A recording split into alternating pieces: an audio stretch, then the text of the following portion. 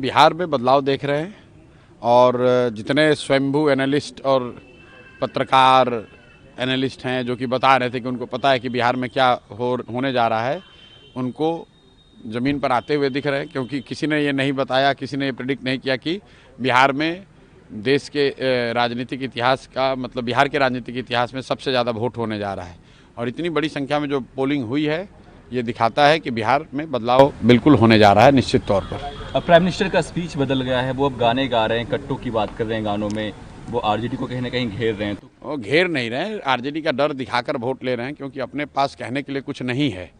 तो पीछे कई दशकों से जो एनडीए है, भाजपा है, नीतीश भाजपा है, ये लोग का सबसे बेहतर वोट लेने का तरीका रहा है कि लालू जी का डर दिखाओ, जंगल राज का डर दिखाओ और वोट ले लो, ताकि लोग ये कहें कि भाई काम हुआ ना हुआ हो, कम से कम जंगल राज तो वापस नहीं आना चाहिए। लेकिन इस बार वो स्थिति बदली हुई है। प्राइम मिनिस्टर ये जो कह रहे हैं वो शायद उनको ज़मीनी हकीकत इतना पता नहीं चल रहा है। अगर आप ये कह रहे हैं कि जंगल राज नहीं आना चाहिए तो लोग कह रहे हैं ठीक है नहीं आना चाहिए, लेकिन आप क्यों आना चाहिए, जनसुराज आना चाहिए। विकल्प तो एक नया दूसरा है। जब विकल्प नहीं था तब वो प्राइम मिनिस्टर की बात ठीक थी, तब वो काम भी करता था। इस बार वो काम नहीं कर रहा है। राहुल, आप देखिए कि जो प्रवासी मजदूर है, आप लोग तो गांव देहात में यहाँ ज़मीन पर आज पत्रकारिता कर रहे हैं, आप लोग जरा जाकर देख लीजिए कि प्रवासी मजदूर किसको वोट कर रहा है। कल तक तो एनडीए को वोट कर रहा था, वो तो मोदी कर रहा था, आज तो वो नहीं कर रहा है। वो तो बिहार में फैक्ट्री रोजगार चाह रहा है और अमित शाह कह रहे हैं कि बिहार में तो फैक्ट्री के लिए ज़मीन है नहीं। तो इसका मतलब है कि आने वाले सालों में भी बिहार में फैक्ट्री नहीं लगेगा। अमित शाह ने खुद कह दिया, तो बिहार का युवा उनको क्यों वोट देगा। अगर फैक्ट्री लगाने के लिए सिर्फ गुजरात में ही ज़मीन है तो फिर बिहार का युवा क्यों वोट उनको देगा यहाँ।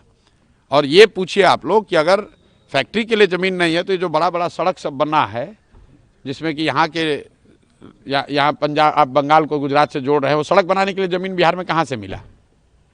तो आपको अपना सड़क बनाना है, नेशनल हाईवे बनाना है तो बिहार में सड़क ज़मीन है, और बिहार के बच्चों के लिए फैक्ट्री बनाना है तो कह रहे कि यहाँ ज़मीन नहीं है।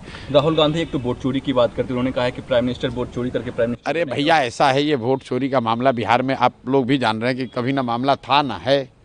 और राहुल गांधी विपक्ष के नेता के तौर पर भाजपा से लड़ रहे हैं, वहाँ पर जो कर रहे हैं वो करें, इलेक्शन कमीशन समझे, राहुल गांधी समझे, नरेंद्र मोदी जी समझें। हम लोग को, बिहार के लोगों को उससे कोई मतलब नहीं है। बिहार में विधानसभा का चुनाव है, बिहार के लोग ये जानना चाह रहे हैं कि यहाँ पर शिक्षा कब होगी, रोजगार कब होगा, बिहार की दुर्दशा कब सुधरेगी। वोट चोरी से क्या लेना देना है। बिहार में कोई आपको मिला अभी रास्ते में कि मेरा वोट कट गया है। जब किसी का वोट कटा ही नहीं है तो क्या आप वोट चोरी बात किए जा रहे हो। भाई वोट चोरी का मामला है, अपना दिल्ली में अगर मामला है, इलेक्शन कमीशन को घेरिए, सुप्रीम कोर्ट में जाइए, देश भर में एजिटेशन कीजिए। बिहार के इलेक्शन को क्यों हाईजैक कर रहे हो उसमें। राहुल गांधी बढ़ने का जो मामला है रात में दिखाया जा रहा है, तो ट्रेन से प्रवासी मजदूरों को स्पेशल ट्रेन और टिकट देके भेजा जा रहा है, इसको लेके क्या भेजा जा रहा था। जब एनडीए को, भाजपा को लग रहा था कि प्रवासी मजदूर आकर उनको वोट देंगे तो उन्होंने 12,000 ट्रेन चलाने की बात कही, 20% डिस्काउंट की बात कही। लेकिन जब लोगों ने ये पाया कि जो प्रवासी मजदूर आ रहा है वो तो भाजपा के खिलाफ वोट कर रहा है, बदलाव के लिए वोट कर रहा है, जनसुराज के लिए वोट कर रहा है, तो आपने छठ के दौरान देखा कि बहुत सारी ट्रेनें जो स्पेशल ट्रेन के तौर पर वादा किया गया था वो ट्रेन खुली भी नहीं है। इनफैक्ट अभी तो कल तक प्रवासी मजदूर आ रहे हैं। भाई कल मैं आ रहा हूँ जिस इलाके से, कल मैं भागलपुर में बांका में था, वहाँ पर कल एक जगह पे लोग बता रहे हैं 15,000 लोग आए हैं जो छठ में नहीं आ पाए। लोग, प्रवासी मजदूर, युवा बिहार का इस बार इतना डिटर्मिन्ड है कि छठ के बाद कल तक लोग अभी आ रहे हैं वोट करने के लिए। हर हालत में लोग बदलाव चाहते हैं।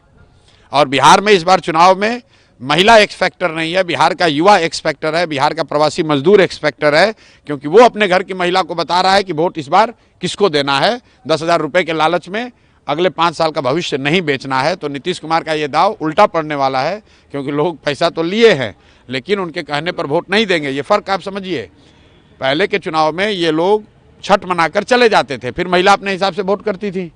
इस बार ये मजदूर, ये युवा साथी घर में बैठे हुए हैं और वो न सिर्फ अपना वोट कर रहे हैं बल्कि अपने परिवार की महिलाओं से भी वैसे ही वोट करा रहे हैं, अपने घर वालों से वैसे वोट करा रहे हैं जो उनको उचित लगता है।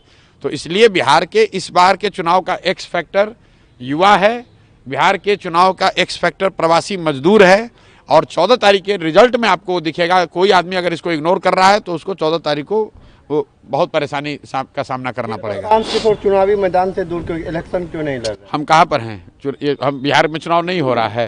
सबसे ज्यादा अगर कहीं चुनाव में कोई इन्वॉल्व है तो प्रशांत किशोर है। प्रशांत जी आप सीमांचल में हैं, यहाँ पे मुसलमानों की वोट की बात होती है, सभी पार्टियां जो है वो जद्दोजहद कर रही है कि मुसलमानों का वोट लिया जाए, और वैसे भी काफ़ी एक्टिव हैं, कांग्रेस भी एक्टिव है। बातिलों के साथ, जिन लोगों ने आपके बच्चों का जीवन बर्बाद किया है, उनके साथ खड़ा मत होइए।